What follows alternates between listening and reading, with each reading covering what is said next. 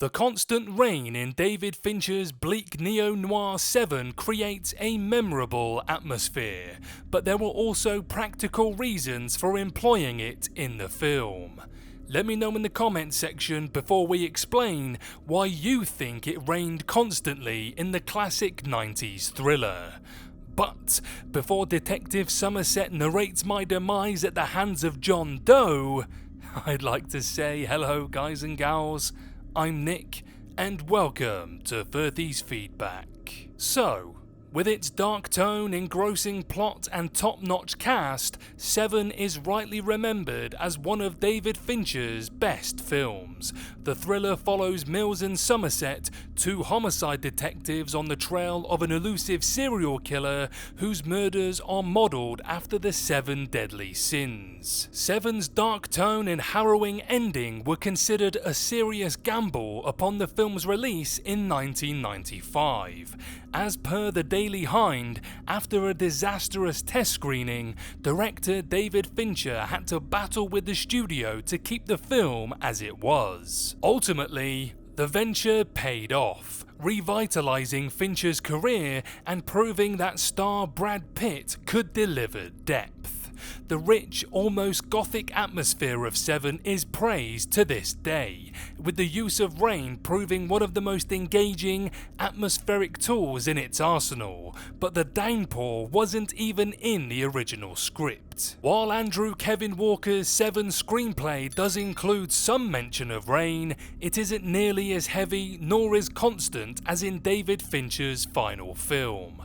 While the rain can be heard beating down from the first moments in the finished film, the first line in Walker's script is, "Sunlight comes through the soot on the windows." It's a striking opening line, but Fincher has practical reasons for disregarding it.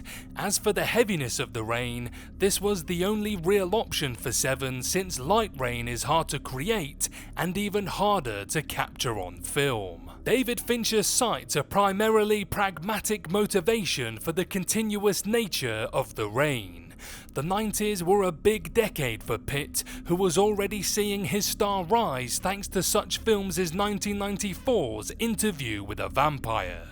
As such, the actor was only available to shoot Seven for 55 days. Via scraps from the loft, with such a tight time frame, Fincher and the crew couldn't afford to lose a single day of shooting.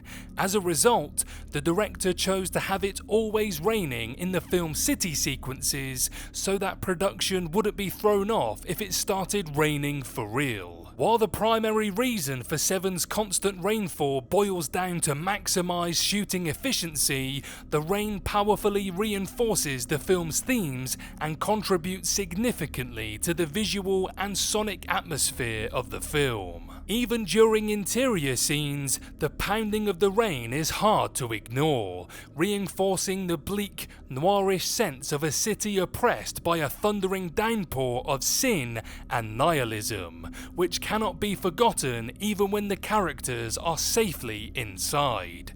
Likewise, the reflective quality of the rain achieves a black and white contrast that feeds into Seven's noir-esque visual language. On a thematic level, the motif of rain feeds into Seven's biblical allusions. Serial killer John Doe's image of himself as a weapon of God sent to eradicate sin is corroborated by the heavy rain, which calls to mind the Old Testament story of Noah's Ark and the torrential flood which was intended to wipe the earth clean of the sins of humanity. After John Doe turns himself in on the sixth day of Seven, the rain ceases, signalling that the flood-like killings have come to an end.